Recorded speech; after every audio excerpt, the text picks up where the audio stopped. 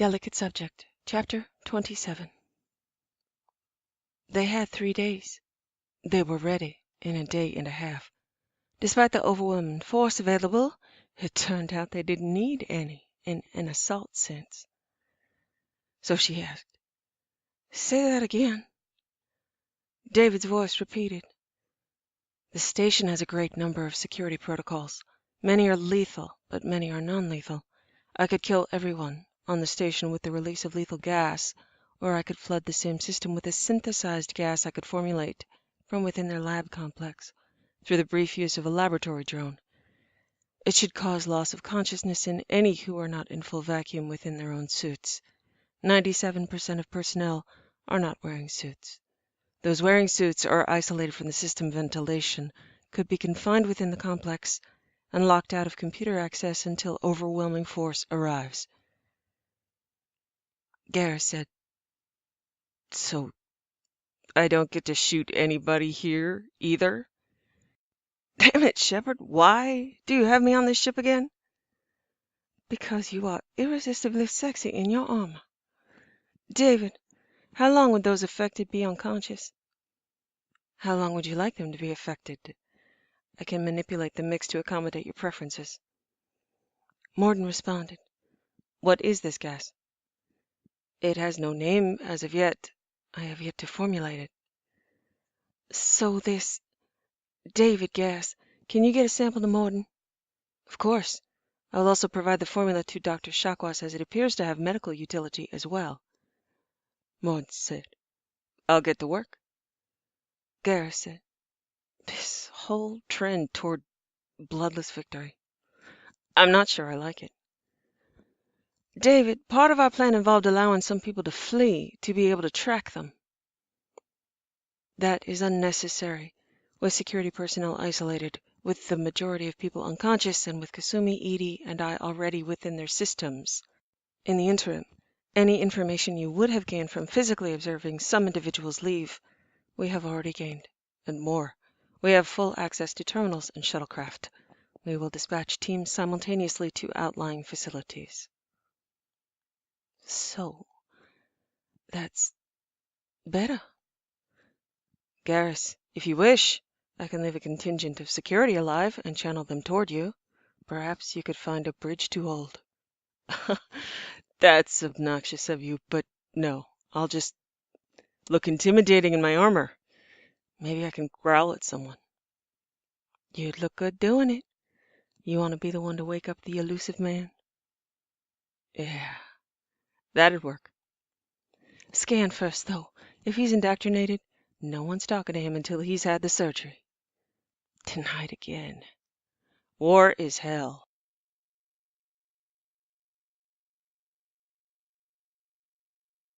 The day of the raid moved so quickly, downhill and greased, unstoppable, and distinctly satisfying.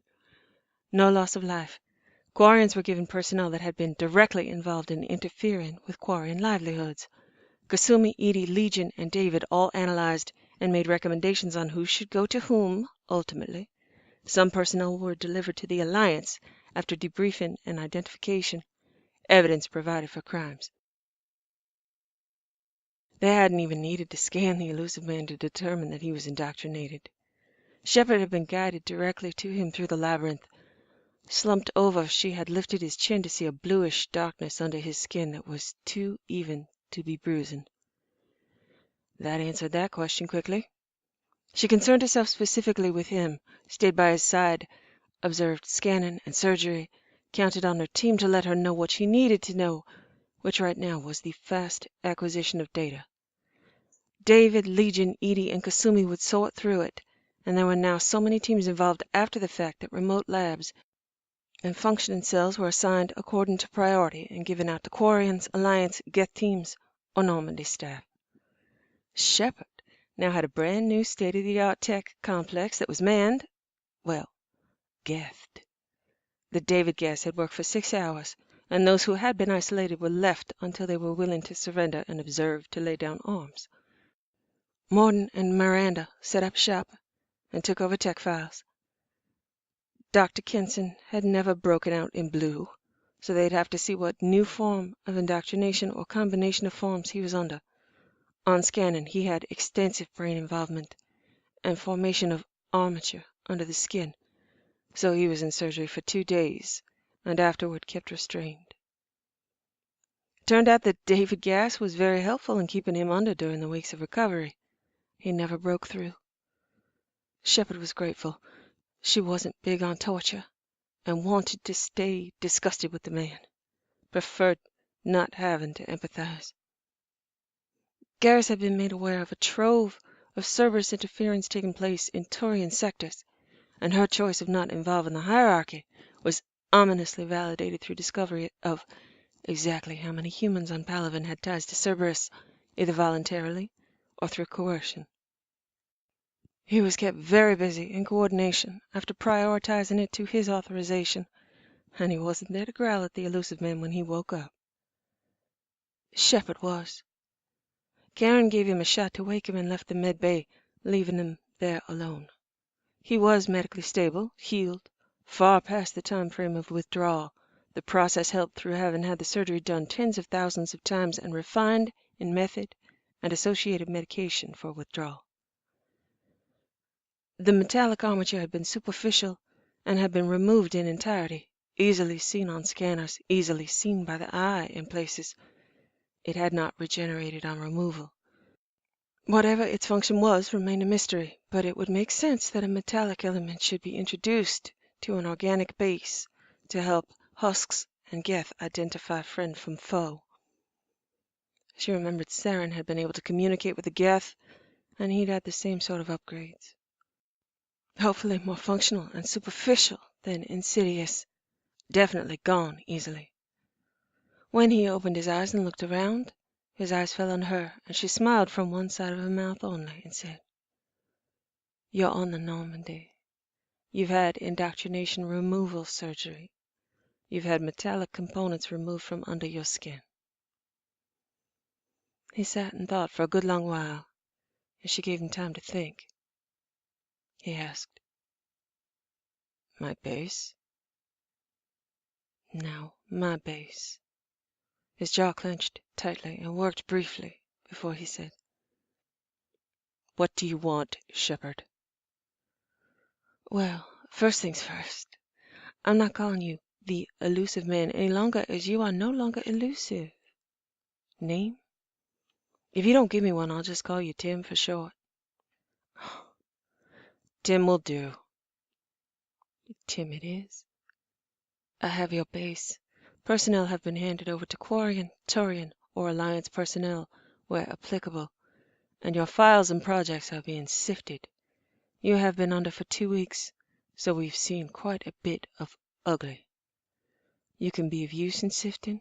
You can help decrypt the things we are unable to decrypt, help us find things that aren't recorded, and you can earn yourself a human legacy, make a heroic conversion in the final hour under duress, and contribute to the survival of humankind. I can provide you with whatever luxury you are accustomed to, save freedom, and we can move forward, being of help to each other."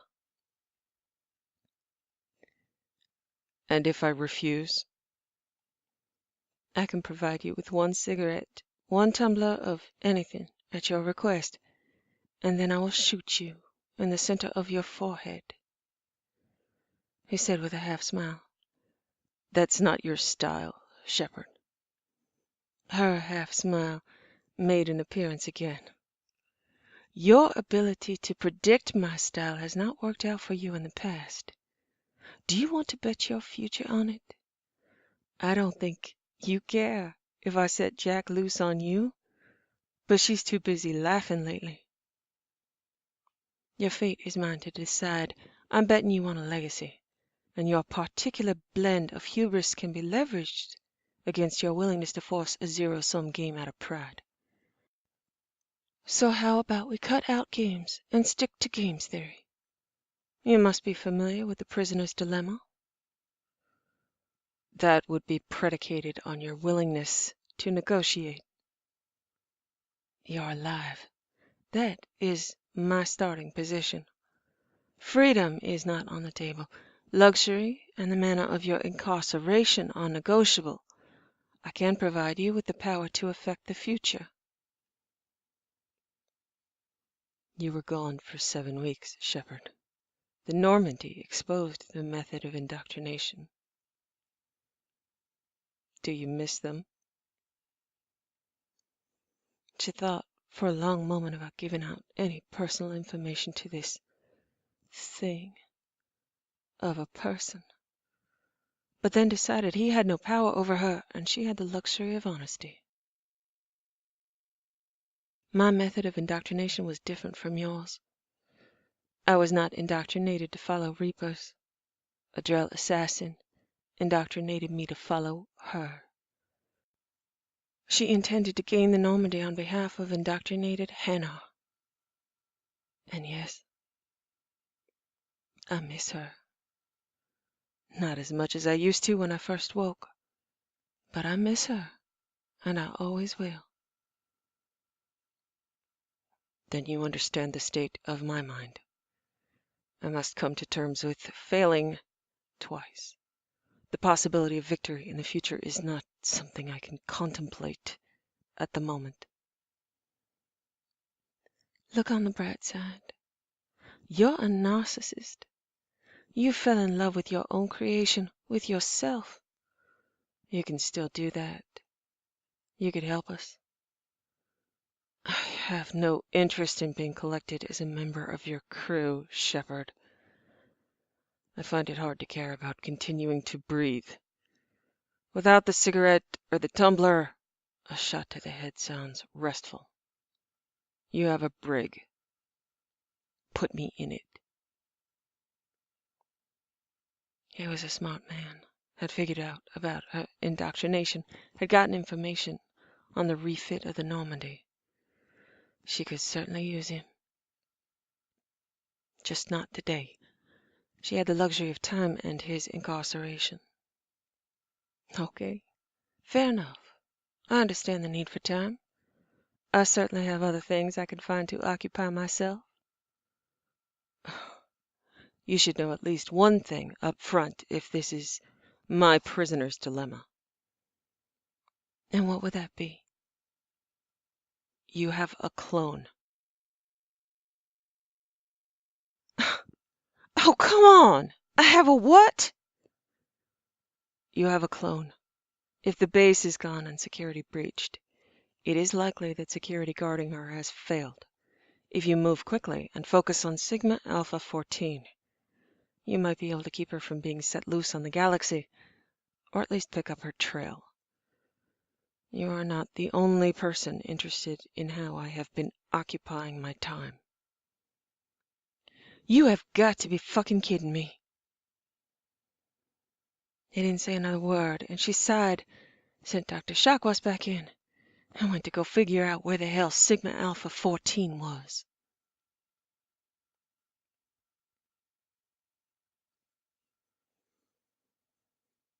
Miranda was at the Cerberus, what should we call it?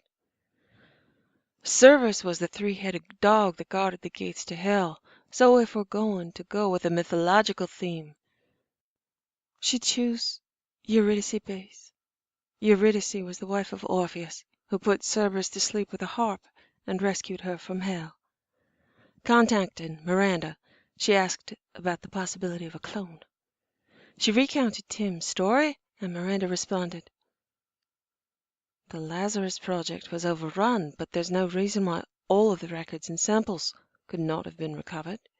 It's entirely possible that you have any number of clones available. I sent samples as part of compliance reports. Any of the material could have been used to grow a clone, or several." So a genetic clone? Can you explain how I managed to retain my memories? Memories aren't mystical in origin, Shepard. A genetic clone would not have your memories, but I restored them.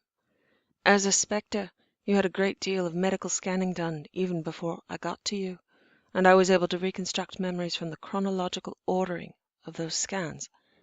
I also had the final scan you had done at the Alliance checkpoint on the Citadel before you were found fit for duty again. I was lucky enough to have had your brain essentially cryo-preserved, and recent memory intact, and distributed to multiple locations. It was difficult and painstaking, but you were restored on that basis. Bringing your body back was the easiest part of the project. The other year and a half was dedicated to reconstruction of your mind. It wasn't unlike reconnecting genetic code from samples. The coding to access your memory was broken, but the pieces were all stored in redundant locations. Working out a system to determine chronology and indexing was the most difficult step, determining how your mind stored your experiences. Once that had been determined, you were able to re-access redundant memory and string it together into the narrative of your life. Damage to your liver could be regrown, and it was. Damage to your brain had to be carefully checked against reality to ensure that you were regaining memory according to the documented chronology of your life. Jane felt more than a little queasy. Is there a recording of that? Somewhere? Did you figure out how to record as well as restore? Yes. No doubt the elusive man has a copy of the chemical composition and positioning of your memory up to the point that you died. It could have been retrieved from Lazarus Project files after we left the base. I have personal copies I stored, something he would know as well. I had full latitude and autonomy over the data. Jane closed her eyes and tried not to swear. Okay. The elusive man, Tim for short, has let me know I have a clone. Do you know where Sigma Alpha 14 is? Miranda stared for a moment and then said, Yes. I'm headed for a shuttle. I'm going with you.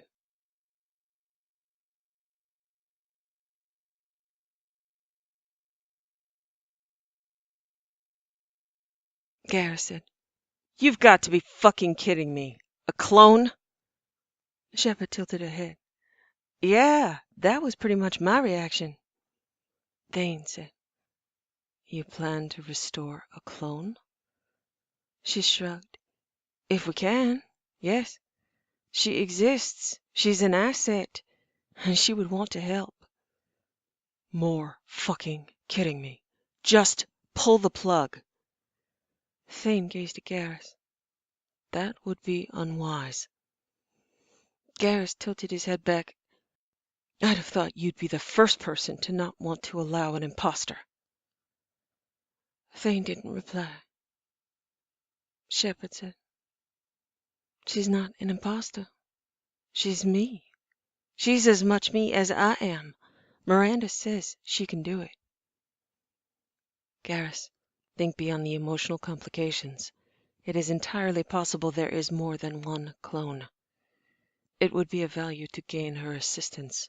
It would be of value to deny opposition access to her. It would be of value to be certain that any other clone encountered could become an asset and not a liability. Not unlike rewriting heretics. Without Miranda, they would have been unable to employ her technique, so having me fully restored was not necessarily possible. Having me restored and indoctrinated would have been of value. Having just my strategic capacity restored and then being indoctrinated would have been of highest value. I can't allow that.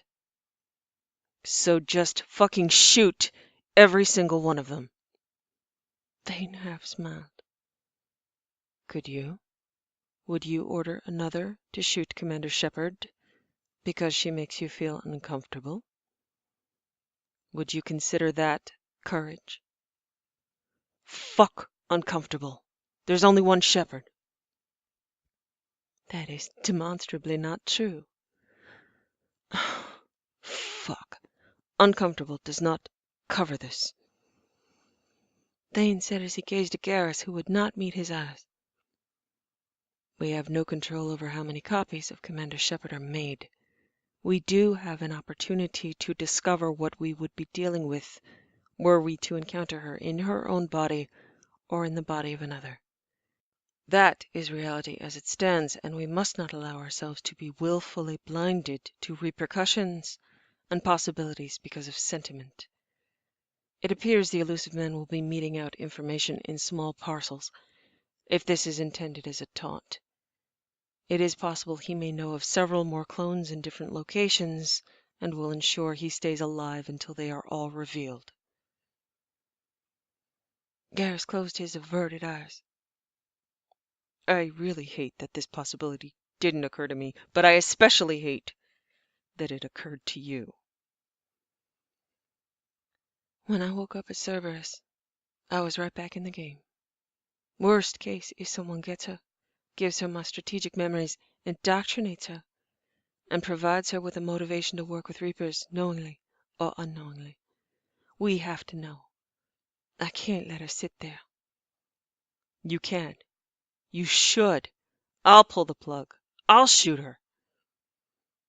Jane walked over to Garrus, pulled his ever-present pistol from its holster, put it in his hand, and then drew the barrel to her forehead. Go ahead. He pointed the pistol up. Stupid fucking thing to do. Reckless. Dramatic. Thane said. And effective. She cannot do it. I will not do it. Faced with her, you would not do it. Garrus put his pistol back and tilted his head. I've got Palavin stirred up like a barn owl nest already with this Cerberus bullshit. I don't need this in my head. Spirits. I don't want to know. I don't have the luxury of not knowing. At least I know how to talk to me. Thane smiled. I would be interested in talking to her as well. Garrus rubbed his eyes. Wouldn't it be nice to just have something to blow up? I definitely miss the days of being allowed to shoot things. Don't worry, Garrus. She likes you. A lot. Garrus leaned back and tilted his fringe against the wall, a gesture of defeat. I worry.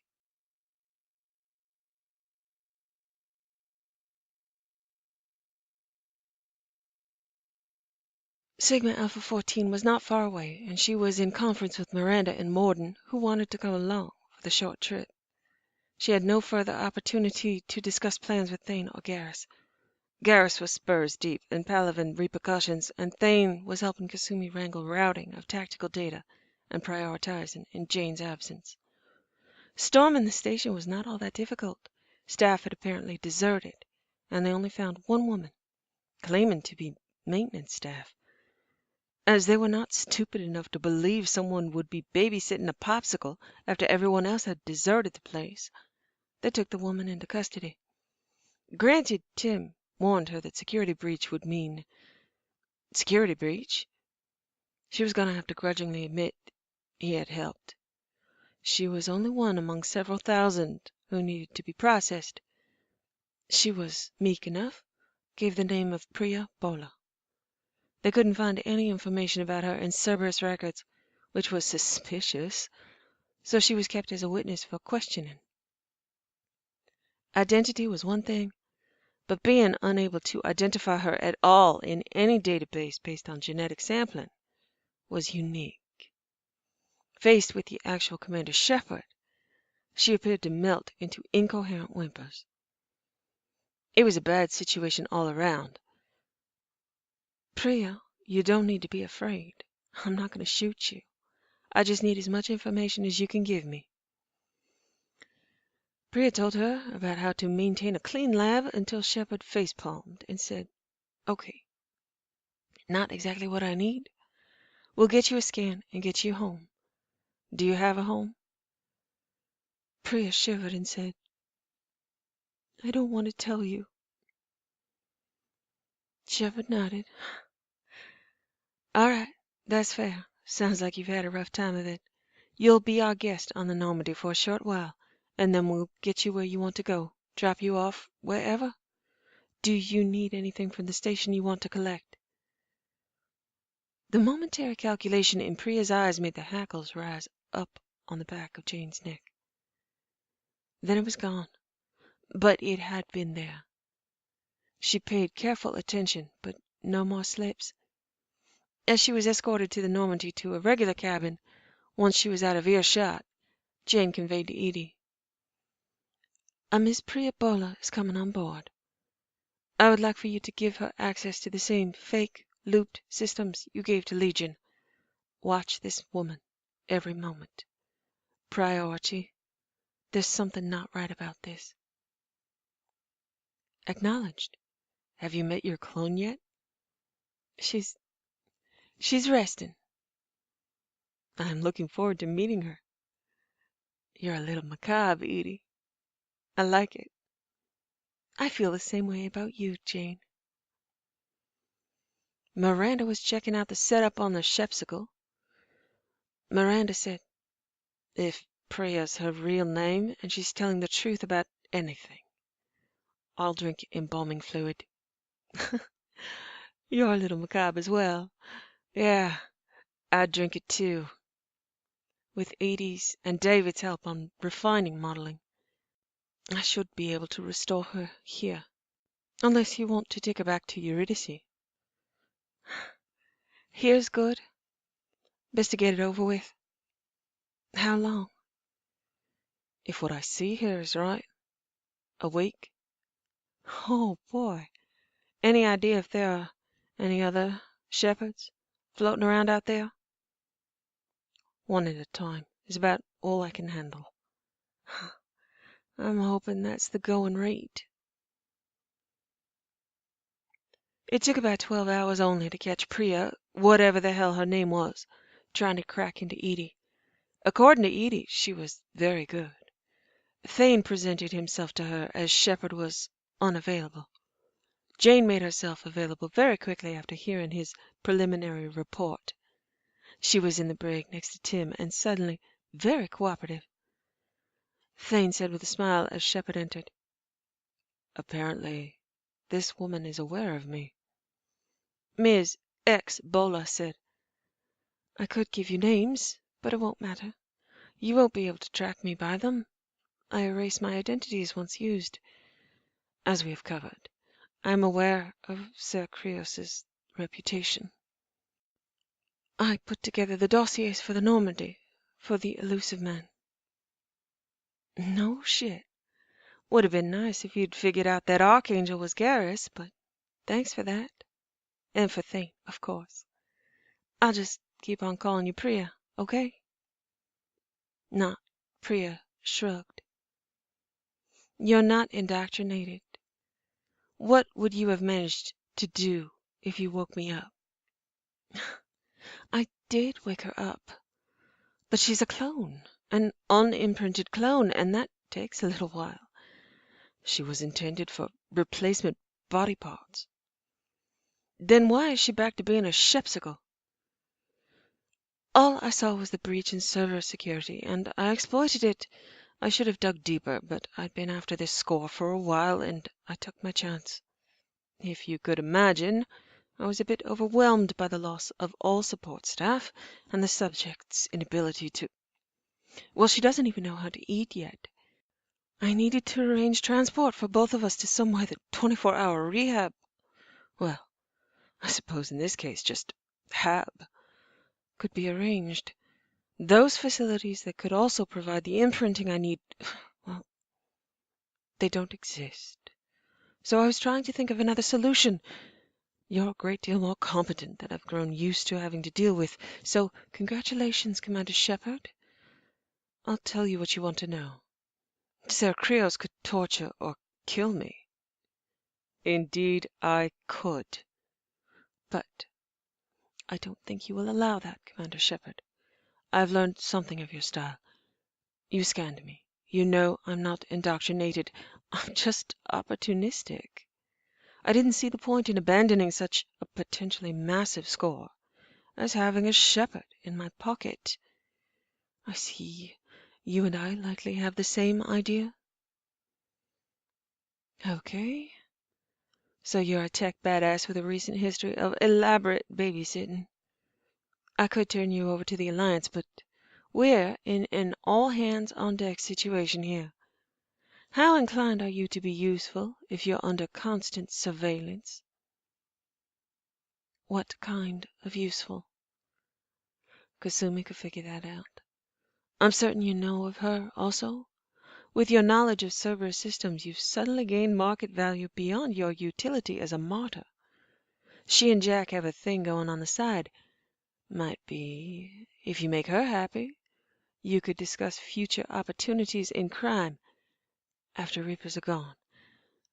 So, welcome to indentured servitude on a pirate vessel.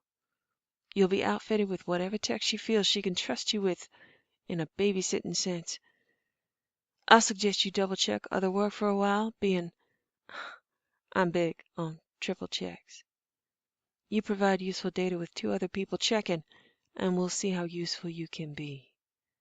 If you step outside the lines she draws for you, she will inform Thane immediately. I am, in fact, looking forward to it. Between death, the Alliance, or this, I don't see that I have a choice. Jane asked rapid-fire questions about the disposition of clones, determining that Priya only knew about the one clone, that she found out about it by hacking the data regarding the Lazarus Project, and some of her own research into what tech was being specifically shipped where that might be of use to cryogenically preserved bodies.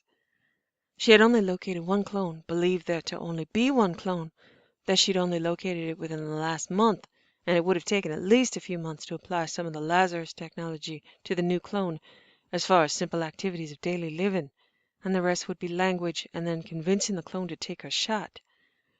She was unspecific as to what that shot might be. Shepard said, "Glad to hear there's only one, so far. Welcome to the Normandy. Other than the dossiers you provided to me, which were very helpful, and I owe you a chance of freedom ultimately on that basis alone. If you go sleuthing on the Normandy, you will encounter surprises like the one you got trying to hack into Edie. You will be under constant, redundant, and absolute surveillance, and if you step more than an inch out of line, do not be encouraged. We're waiting until you're 2 inches out of line before calling in Sir Krios to ensure you can't talk your way out of it. Once you see him, or more likely, do not see him, discussion will be over. I leave the method to his discretion, and I'll be busy doing other things, so do not count on my style to save you in the least. Be concerned about Kasumi's style. Be concerned about Thane's style. Those are your priorities. I will not ask them to answer to me on the subject, so I will receive no reports on your progress, only one, if you cease to be of use, so I know we have a bunk available. Kasumi may in fact be deeply disgruntled at the imposition, so I would focus on making her very happy. In theory, I will not be seeing you again, as you will be confined, and I would like it to stay that way. Enjoy your stay." Thane said with a shrug and a frightening smile, "I have other hopes. Good day, and welcome, Miss Buller." They left to the sound of a deep sigh and some very creative swearing.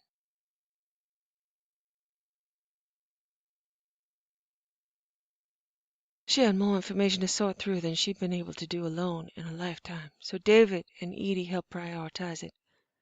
Tim hadn't spoken up yet, and she was busy enough, so he could stew. Despite her hatred of the man, she was beginning to empathize, and maybe that's partly what he was waiting for. Sharon and indoctrination experience was one of the first things he'd mentioned. In theory, he'd get very bored in there and want someone to talk to, so she waded through the rest of the data, not terribly excited about finding things worse than "you have a clone." She was absolutely right about Cerberus having data about indoctrination and artifacts, and it would take a great deal of preparation to go to some of the more remote sites. They had no idea how to protect against artifacts yet. No idea if it was cumulative, so the best guess would be to assign Legion to use Geth to infiltrate these sites, as they would be immune to signals intended to snare organics. Garrus managed to conquer his anxiety and still managed to eat and sleep and find his way to bed. Possibly one shock too many to the Turian, and he just didn't have much more to say and nothing more to do. So he behaved as though this was entirely business as usual, though he asked if they needed clone passwords. Definitely, we should have clone passwords.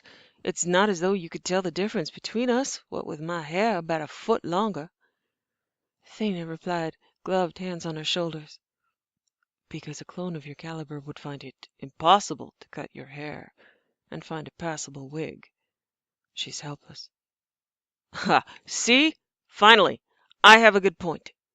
Damn. Clone passwords. We have light on our wrists that match. Thane brushed against the neck with light biotics. And it would be impossible for her to extract or duplicate the effect? Will she have an omnitool? We need to figure this out before the fact, Karim. If you wish to treat her as an asset and not a laboratory animal, she will require an omnitool as well as food. She elbowed Thane slightly, who grunted obligingly, and she said, Right. No lab rat. I knew that. Fine. I haven't dealt with my own clone before. Am I the only one who's thought about this and that believes that this is still a terrible idea? You are not the only one that has thought about this. Krios, you are a pain in my ass. I am aware. She tried not to laugh. Okay, so nothing that can be monitored, nothing that can be duplicated, nothing that can be simulated. You know, this is seriously fucking with my sense of unique identity. Thane's hand stilled in her hair. It should. It is not, perhaps, a terrible idea, but it is a deeply dangerous action to take in order to prevent more insidiously dangerous consequences of ignorance. The woman is going to have a tough time without sex. I do not volunteer. Thane nudged at the back of her neck. I found myself previously committed. I wondered what it would be like to take a run at myself, but I'm going to pass. Oh, spirits. No, I can't get that out of my head. Perhaps the idea has merit. I hate talking to you two about this. Who else are you going to talk to, Garrus? Anybody that doesn't use the word clone. You're both so spirits damn cold-blooded, sometimes it makes my hide crack. Maybe that's what you get when you don't have an exoskeleton. The tough bits inside. I'm sorry, Garrus. I don't deserve you. Nor do I. I apologize. You're not sorry, you're just going to talk about it when I'm gone. I will install proximity coding on our omnitools. It will confirm identity in proximity and identity in communication. Before your clone is allowed an omnitool, I will introduce monitoring to that system. She will be unaware and therefore unable to reduce the proximity code. It will be silent and individually verifiable without need of repetition and thus discovery of pattern. I will be able to discreetly watch her access to data. I am willing to trust her, but I believe it is a step that she would anticipate, if not expect, as a security measure. Edie or David will always know the difference. They cannot be hacked. The stakes are high. She would be aware that she's being monitored. It would do no harm to monitor. I would suggest informing her she is being monitored, not as a sign of mistrust, but as a sign of prudence. All right. Maybe talking to you isn't a bad thing. Finish your work in Vasna and come to bed. You have solved enough problems for one day, and we are properly chastised. Allow them to wait. Put new images in your head. Speaking of proximity, You both have to admit you're crazy. Obviously. Not even in contention. We need you. Garrus tossed his data pad aside. Damned right you do. This ship would have gone straight to hell without me. Sounds entirely fair. That matches my assessment as well. Garrus put his hands over his chest. Fuck you both and your tag team patronizing. Excellent idea. Thane continued on her hair. We would never have come to that conclusion without him. Thane's hand shifted from her hair, tilted her head back against his shoulder, and ran his hands down the sides of her throat, over her breasts, and under her shirt to a soft moan from her as she closed her eyes. If you'd both stop being so damn beautiful at me, I'd get more work done. No hope of that in Vasnam. But there is a door if our beauty disturbs you into flight. He's not a coward. You will never see a Turian's back until he's dead. Fortunately, not literally true, as he has a magnificent back. They'd learned a few things about stressed-out Turians. With a frustrated growl and stalking footsteps, she heard Garrus cross to the bed. He wrenched Thane's head back into a devouring kiss as he found her mouth and occupied it with his thumb, and pulled back briefly. Not a fucking word from either of you. The threat of makeshift gags applies to all assholes present. The unsafe word is clone, and if anybody mentions it, I will not be held responsible for trips to the med bay. They all agreed to his terms, and once they all had hands on each other, no more words were required.